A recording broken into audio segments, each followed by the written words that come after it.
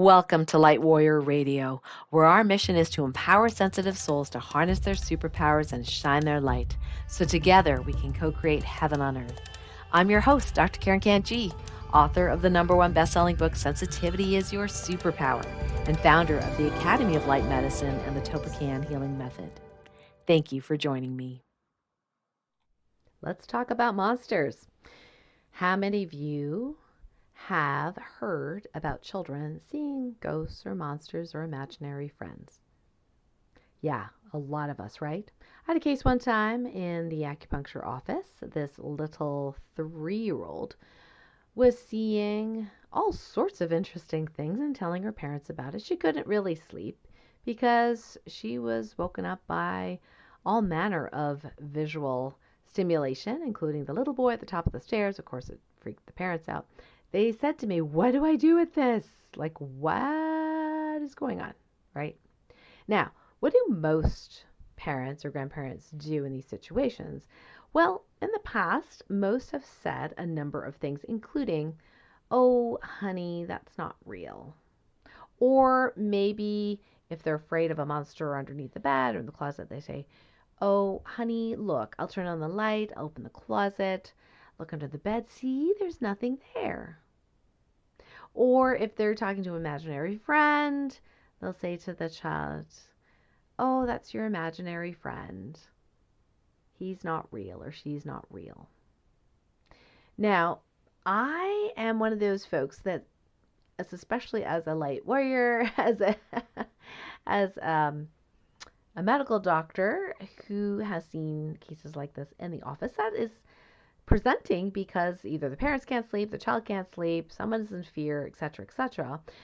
There is something to this. By invalidating the child's experience, we run the risk of their spiritual gifts shutting down. Yes, I did say spiritual gifts. So often children can see other dimensionals and other dimensions and then lose that ability. And why do you think they lose that ability? Because society tells them it's not real and they're weird or wrong or bad or whatever for seeing these things, right? They get made fun of. So the last thing we want to do is traumatize our children to believe that there's something wrong with them. Now, that being said, if you're an adult and you don't see the monster or the ghost or whatever it is they're seeing, you don't pretend that you do. You need to be honest, because children can figure out very quickly when adults are lying to them. And then they have some sort of internal disconnect when that happens. And that, in and of itself, is traumatizing as well. So when the child says, "I see monsters and I'm scared," or "I'm scared of the dark," or something like that, right? The best thing I have found to do is to ask quality questions. Instead of invalidating the child's experience, ask questions. You might say honestly, "Well, honey, can you tell me more? What does the monster look like?" You know? And in another 3-year-old child's case, the grandmother was the one asking for help. This little boy drew the monster with crayons. Now, it looked like a whole bunch of squiggly blue lines to me, but the anger was clear from the drawing. So sometimes it's like, "Tell me about the monster." And that is an open-ended question, and open-ended questions are helpful because you're not putting words in the child's mouth. So they might say, "Well, he's very big," or "He's scary," right? So, for example, say he's big. How big is big? Bigger than me? Bigger than Daddy? Bigger than our house? "Oh, no, he's not bigger than the house," right? "Well, he's bigger than you, but not as big as Daddy." "Oh, okay. Well, what does he look like?" "It's kind of fuzzy. He's blue. He's red. He's green. Whatever," right? And if they say they're scared, they said, "Honey, well, to be honest, I can't see the monster. You're gifted and you're able to see the monster right now. So maybe you can tell me, why do you feel scared? Like, what is scary about the monster?" And they might be scared just because it's not human, right? Because they've been conditioned to be scared from our various different TV shows and so on and so forth. Talk about conditioning with being scared. I remember one time. This is not about monsters, but I remember one time I was at my aunt's house, and I think my uncle caught a fly or something, or spider or something like that, right, with a piece of tissue, and my aunt was terrified of bugs at the time. So he went around and chased us with it. The dead bug. We were screaming. We were so scared, right? But I learned to be scared because she was scared. And yeah, I got really scared. And then later on, I thought, well, that's ridiculous. Uh, so so sometimes we get scared because we're conditioned to, but sometimes we get scared because the quote unquote monster is saying things that are not nice, right? And you need to find that out because if they're listening to the monster or they're listening to the little boy who says you need to jump off the bridge, right? You want to know that. And you have to counsel and coach the child as if it was a, a human little boy saying that. Hey, this is not a friend, right? And give them strategies on what to do when there is someone in their midst that is telling them bad things or things that make them really uncomfortable or scared, that kind of thing. Now, what is a quick fix for that? Now, there's a whole bunch of other coaching, counseling, kinds of things that I used to share with my moms and my grandmothers, and um, sometimes the children were seeing into multiple dimensions. That's super helpful to know how to divine muscle test and ask quality questions. So, for example, in my Light Warrior Bootcamp 3.0 course and my Topacan Level 1 training program, we support people in asking the quality questions that are necessary.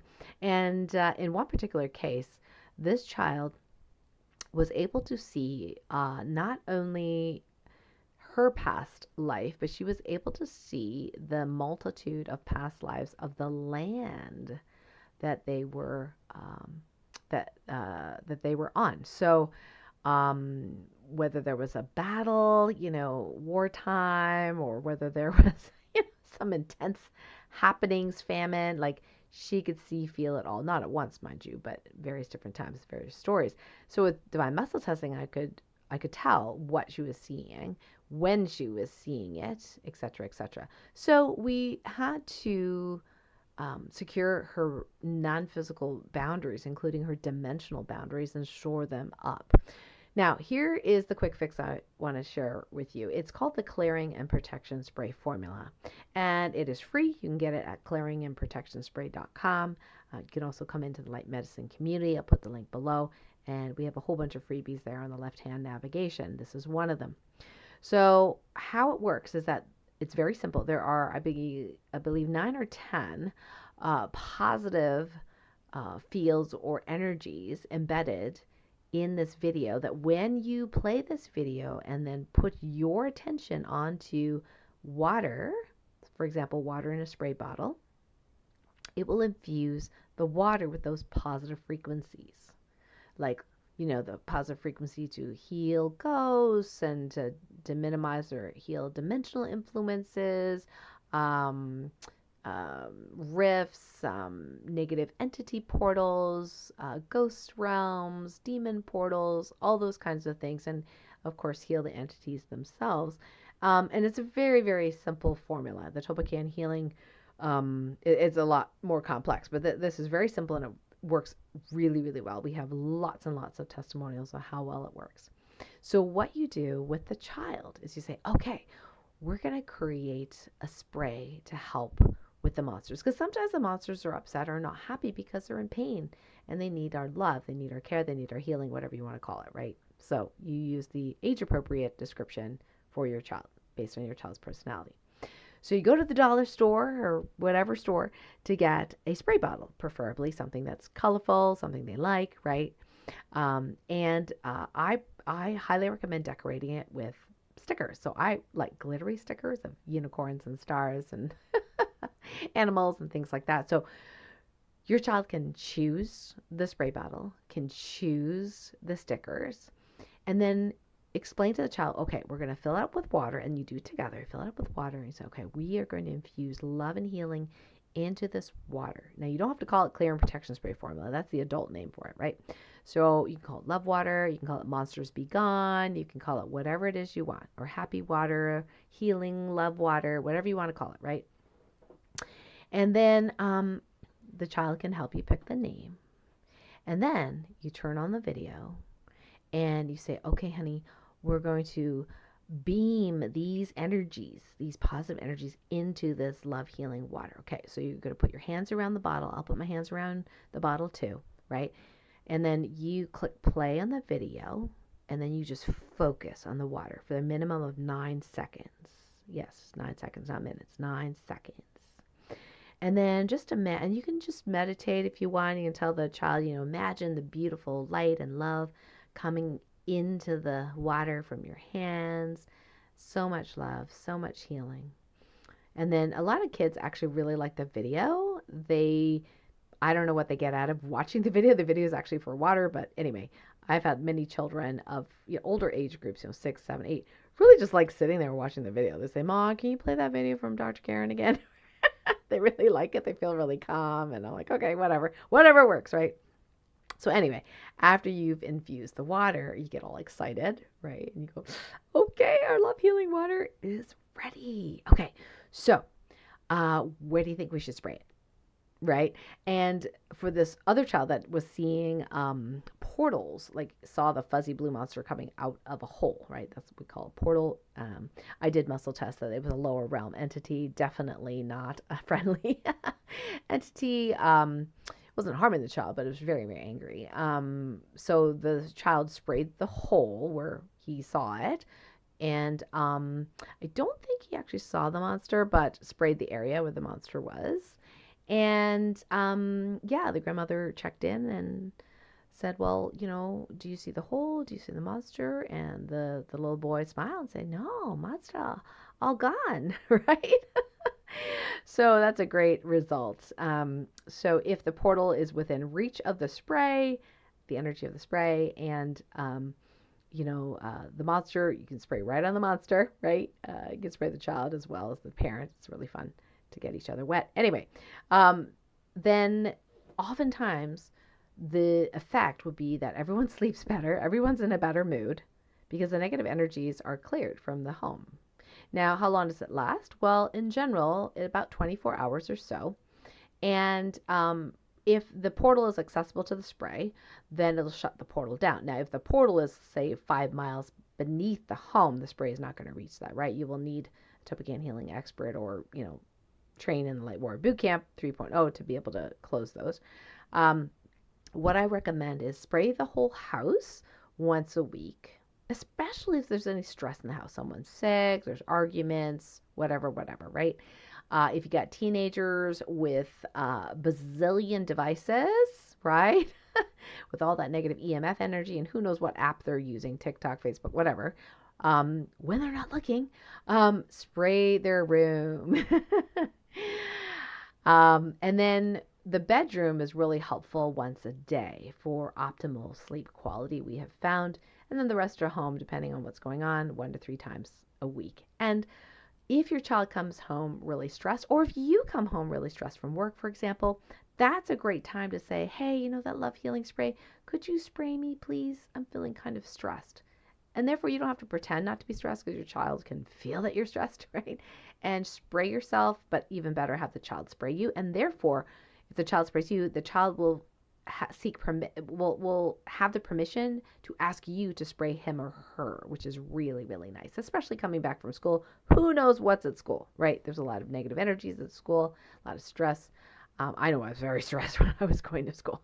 So, give them permission. It's not about there's something wrong with them. Remember, it's not about that because that can cause them to rebel and not use anything, but just to, really communicate that they are gifted. They're able to see these, and sometimes people need our help. And sometimes these people are not visible to the average adult. And give them permission to, just spray you when you feel stressed. So when they feel stressed, they know to ask for help. Right. And it's really great. I had one 14-year-old literally grab the spray. He walked into the home. He was angry. He used to be really violent. He grabbed the spray, shoved it in his mother's hands and said, spray me. right? Mom's like, oh, okay, right? So they would spray each other, and it was great. And he wasn't violent after that. It was really cool. Yeah, because he wasn't a bad kid. He was just full of other people's negative energy and exploded. So there's lots of different things here. So no worries if your child sees monsters. If you need more help, if you need more advice, counsel, coaching, whatever, come to the light medicine community. Ask your question. Make sure you tag me, and I'll be happy to support you further. All right. I hope this has been really fun for you. It's been fun for me. If you're watching this on a platform where you can comment, go ahead and comment. Give it a like and thumbs up um, if you like this video and or audio, and yeah, share it. If you know someone with a child that sees monsters, maybe this will really, really help them. So we'll put the links below, and talk to you next time. Bye for now.